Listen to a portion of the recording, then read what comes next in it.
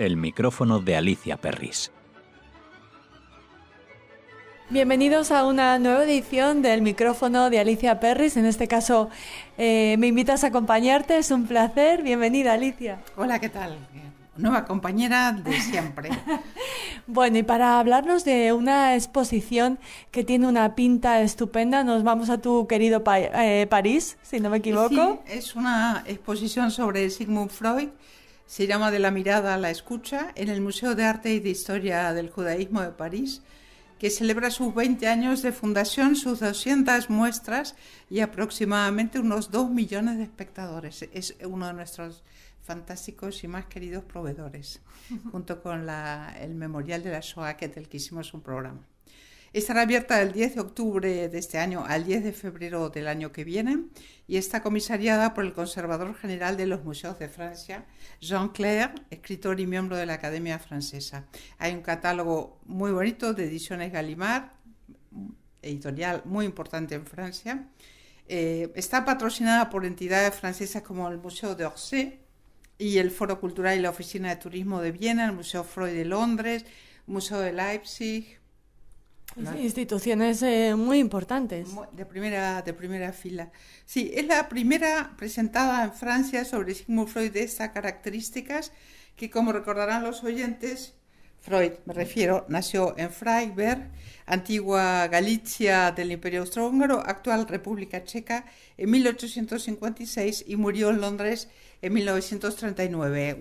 Dos datos para comenzar.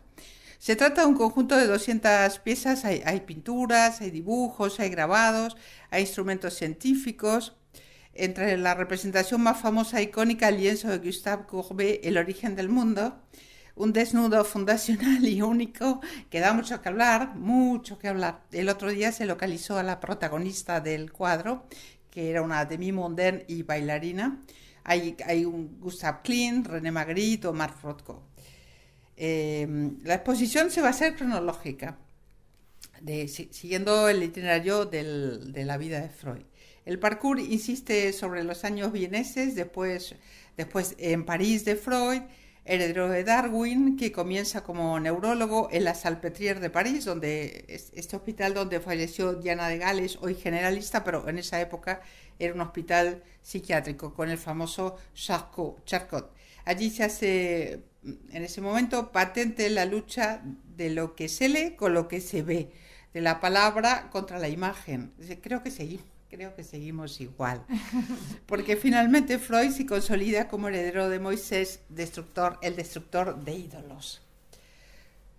Yo creo, de hecho, la interpretación de los sueños, famoso libro de 1900, tiene una espiritualidad judía, aunque carezca de fe, como se entiende la fe para los ortodoxos, y de praxis, y es heredera de, según dicen los que saben, de la hermenéutica talmúdica, una larga trayectoria literaria que termina, me refiero en la vida de Freud, que termina con su Moisés y el monoteísmo de 1939, que es el año que va a morir en Londres, ¿no? El año de su muerte. Su familia seguía la tradición de la Haskalah, las luces judías, aunque él quiere enfocar el psicoanálisis como una ciencia universal aconfesional. No le va a salir bien el invento, porque de la obra de Freud se pueden hacer muchísimas lecturas, relecturas, interpretaciones y demás, y ya veremos que, bueno, hay para todos los gustos, ¿no? Recuerdo a nuestros oyentes que aparte de experta en arte, música, en artes escénicas, eres psicóloga, o sea que te acercas a esta exposición también desde ese punto de vista. Sí, es verdad. Ya contaré una cosa que siempre saco a relucir porque, claro, es como el que tiene un anillo Cartier, pero yo tengo otra cosa, ahora lo vemos. Vale. La primera parte de la muestra va a partir de un Freud que utiliza por primera vez el término psicoanálisis, aunque comienza como neurobiólogo realmente, ¿no? Sobre todo en París. Estudia, y antes de llegar a programar esta nueva forma de entender la psiquis, ¿no?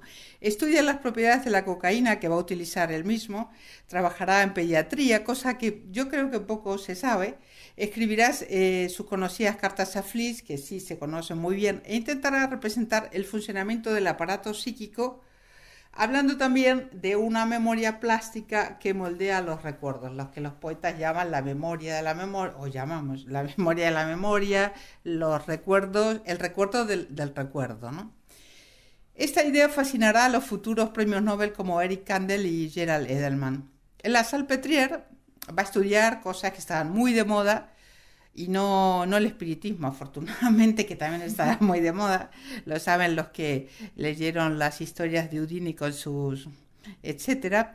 Va a estudiar el magnetismo, la histeria y la hipnosis entre 1885 y 86, aprovechando la vida alegre parisina, bastante canalla, en las antigüedades del Museo del Louvre, las funciones de Teodora de Sara Bernard, que lo incendian y lo enloquecen, es que era un hombre, Freud, claro, y escucha cantar a Yvette Gilbert. Es evolucionista, es decir, que hace del hombre un hermano de sangre de los animales. Ya veréis en el texto de presentación algo muy divertido que también es un lugar común. Como tenemos a partir de estas ideas freudianas, darwinianas y de Copérnico una verdadera herida narcisista, y prefigura la noción actual de genoma, reconociendo un plasma germinativo inmortal. Yo creo que de su pasión por las antigüedades y también por la literatura en general, los mitos griegos, podría recordarse que Freud atesoró más de 3.000 antigüedades, porque se habla de las figuritas que se veían en su despacho, en el despacho, ¿no?, del diván de bien antes que renovaran, entre comillas, el museo que quedó, la casa que quedó muy mal, realmente, para mi gusto. Bueno, esa casa que abandonó gracias a que Marie Bonaparte ofreciera con su marido diplomático griego un rescate a los nazis para sacarlo a él y a su hija Ana de Viena hacia Londres, bueno, en los últimos instantes de las posibilidades de que se hiciera esto, porque de hecho Freud perdió 4 hermanas en sendos campos de concentración, ¿no? Y de ahí a la calle, va a ir a la calle 20 de Mersefield Gardens, que hoy es el Museo Freud. Y de ahí, y esto es lo que, este es mi anillo Cartier, de ahí me escribió una carta que me firmó ella misma, Ana Freud, en contestación a unas preguntas que yo le hice cuando vivía en Londres y paseaba siempre por el barrio cercano a Hampstead, sobre Virginia Woolf, ¿no? Wow. Si alguien tiene dudas, yo le puedo mandar una fotocopia, previo pago. Bueno, Ana Freud, un personaje también interesantísimo. Sí, muy interesante. La carta, que es cortísima, no tiene parangón y no tiene pérdida, como se dice en España, por la claridad y el establecer rápidamente las condiciones de la contestación, ¿no? Freud compara la interpretación de los sueños. El tema de los sueños es un tema que viene con el inicio de los tiempos, ¿no? Ya Claudio le fue a preguntar, Claudio, el emperador romano, le fue a preguntar a la Sibila de Cuma si iba a ser emperador. Es un verdadero desciframiento, un decriptado, usando un galicismo un poco bárbaro, de la escritura pictográfica como los jeroglíficos egipcios, por ejemplo, ¿no? Freud abandona la hipnosis, que todavía se sigue utilizando en hospitales públicos, doy fe, pero establece la importancia bidireccional del vínculo terapeuta-paciente, es decir, de la transferencia. Aparece también el concepto de inconsciente y del diván como receptor ideal para la emergencia de la psiquis humana y del discurso. Y por supuesto la interpretación del sueño es, como dicen por ahí, yo le escribí un día en un examen que me puso muy buena nota Silvia Tubert, la vía regia para conocer el inconsciente y la vida del alma. Freud, por lo tanto, reconoce que la sexualidad, la libido, la lubido, como decía el poeta latino, debe replantearse completamente y también un producto transformado de ella, que es la sublimación.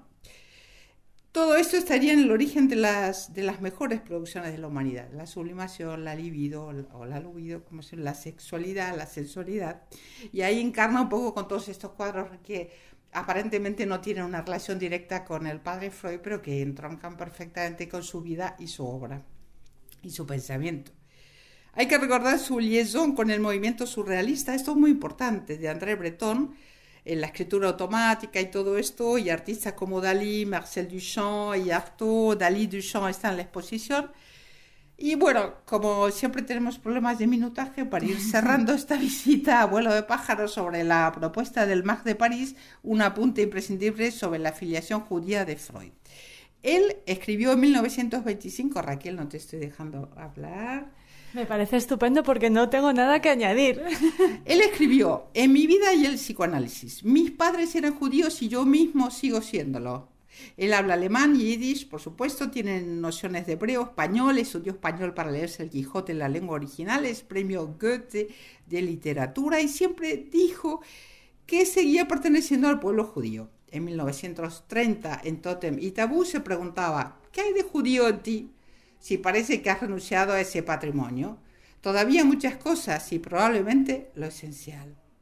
Obras de arte de altísimo nivel jalonan y crean el marco de esta exposición excepcional. Piezas arqueológicas, cuadros como La desesperación de la quimera de Sion, El diván y el sillón de Freud de Hollein, Untergang de Max Klinger o también La joven con la falda al aire, que título, de Egon Schiele, El fenómeno del éxtasis, otro título de Salvador Dalí, El urinario, de Marcel Duchamp, junto con, y me disculpen por favor los oyentes, una lámpara de Hanukkah de Freud del siglo XIII. Fotos del propio Freud, su hija y Fliss, La histeria de Alfred Kubin, el Moisés de Miguel Ángel, la Gradiva, copia romana del Museo Vaticano del siglo IV, entre muchas obras paradigmáticas. Y hasta aquí hoy, y sin aliento, con Raquel, me encanta estar contigo, tengo que confesarlo en la radio. El micrófono de Alicia Perris, para los oyentes y amigos de Radio Sefarad. Y como Freud discursó mucho sobre el Eros y el Tánatos, pero eligió siempre la vida hasta donde le fue posible, los dejamos con otro judío muy festivo del París de la segunda mitad del siglo XIX, Jacques Offenbach, y su Gaieté Parisienne, alegría parisina, que también se escuchó al comenzar el programa. Shalom, y por favor, no hagáis sobreinterpretaciones sobre lo que acabo de decir. Hasta la próxima. Hasta la próxima, Alicia, como siempre brillante. Muchas gracias.